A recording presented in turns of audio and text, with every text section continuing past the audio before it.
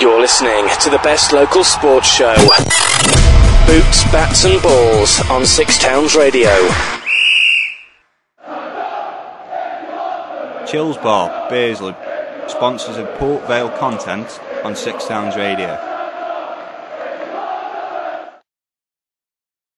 Adam Yates, great result Tuesday after the draw on Saturday, so it must have been a massive relief to get them 3 points on the card. Yeah, it was. I think we were disappointed to draw the game on Saturday, but we won convincingly Tuesday, and the pleasing thing that the result went our way. So it was a double boost really, and sort of makes up for Saturday in many ways. Yeah, I don't think Bristol Rovers were a bad team really on the night. Credit to how Vale played, knocked them down in the end. Well, Bristol Rovers are a club that pay decent wages. They've got a lot of players, and they've also got a lot of injuries. And they came here. They paid us a lot of respect by the formation they played. And it gave us the opportunity to really get after them, and we did that, and we went in at half time being 3-0 up, dominated the first half, and we said to each other that we were in this situation Saturday, let's not make the same mistakes, and we didn't. We cleared the lines, we defended reasonably well, and we attacked well, and clean sheets are going to win us promotion, because we're always going to score goals. Yeah, on the night obviously Pope got a hat-trick, but everyone was saying that you would have been man of the match otherwise. Well, yeah, I've enjoyed my time at left back so far. I've played there a lot of times in my career, and I think people think that I've never played there before, but I've played a lot of games for Leek and Morecambe there, and as an 18-year-old, Steve Holland, who's at Chelsea now, said to me that he thought my best position was left back. So it's not a position that's unknown to me. It might be to the Vale fans thinking that I've never played there in a Vale shirt, but I played there quite a few times pre-season games, and I'm enjoying it there now. Yeah, with how it's panned out this season with injuries, suspensions, you could have been playing anywhere because of that four. Well, I would have had to play with certainly a big man if I was playing centre half. But I don't mind playing left back. I'm quite enjoying it. We've got Rob Taylor, who's a winger who can play at left back, and you've got Lofty, who's a midfielder who can play at left back. So there is options there, and if I keep my place, I'm more than happy to play there. If the manager wants to play me there longer term, I'm more than happy. It's deadline day, you might well bring someone in. You just don't know. Yeah, you never know with the gaffer here. A light at the end of the tunnel with the admin finally being over. Do you think that had a bit of a reflection on the team on Tuesday? Well, I think in many aspects it was. I think that the lads who certainly have signed contracts and only had them till sort of April time, would have been certainly disappointed with that initially.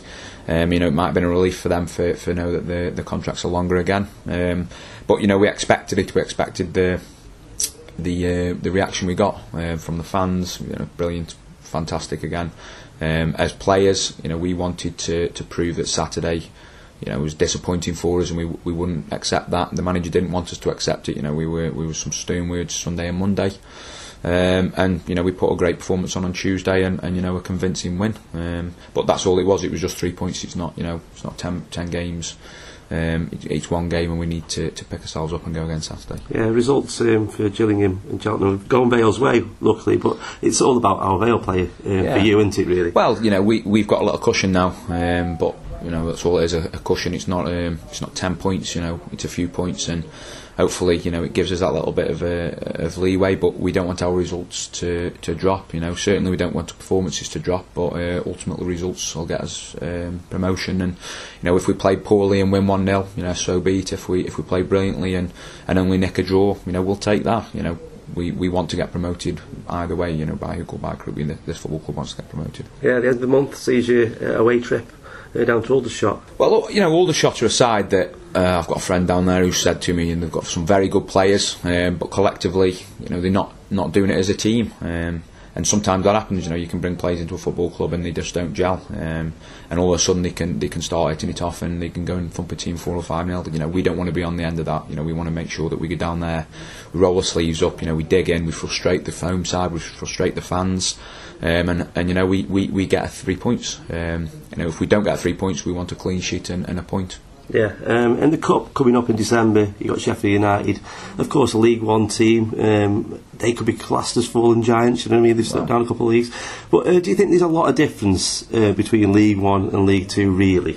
Well, I think the top teams in League One, you know, are you know, real dangerous sides, and they've got a lot of players who can hurt you, and they'll certainly have better players than we'll have. But you know, the rest of League One, I don't think. You know, I've spoke to Griff and, you know, Lee Collins, and you know, they're playing in that standard at the minute. You know, Joe Mannion, they say there's not a great deal of difference. We've got a lot of players who've played at League One as well, so I think that, you know, there's not a great deal of difference. Perhaps, you know, the top 7 or 8 teams in that league, and Sheffield United is certainly one of those. I think they're going to be a tough game for us. But you know, we can certainly hurt them. You know, we're a better side away from home. Mickey Adams wants to go there and prove a point, and rightly so. You know, we're Port Vale. We're not going to go there and set our stall out for a draw. We're going out there for the win. And you know, we'll rat them. We'll certainly be as fit as them, if not fitter. You know, there's no team I think that's going to be as fit as us. And you know, if we dig in, there's no reason why we can't upset them. This morning at the Stoke press conference, Tony Pulis was told by 6 Town Radio if he was interested in the fact Tom Pope had scored 20 goals, and he said, who? Do you think that's the sort of thing that would fire Tom Pope on?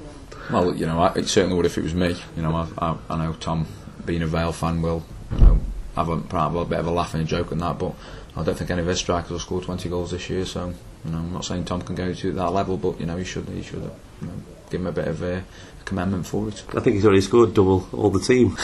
Well, that's enough said then. Yeah. Thank you very much. Cheers, mate. We love music. You are locked into 6 Towns Radio.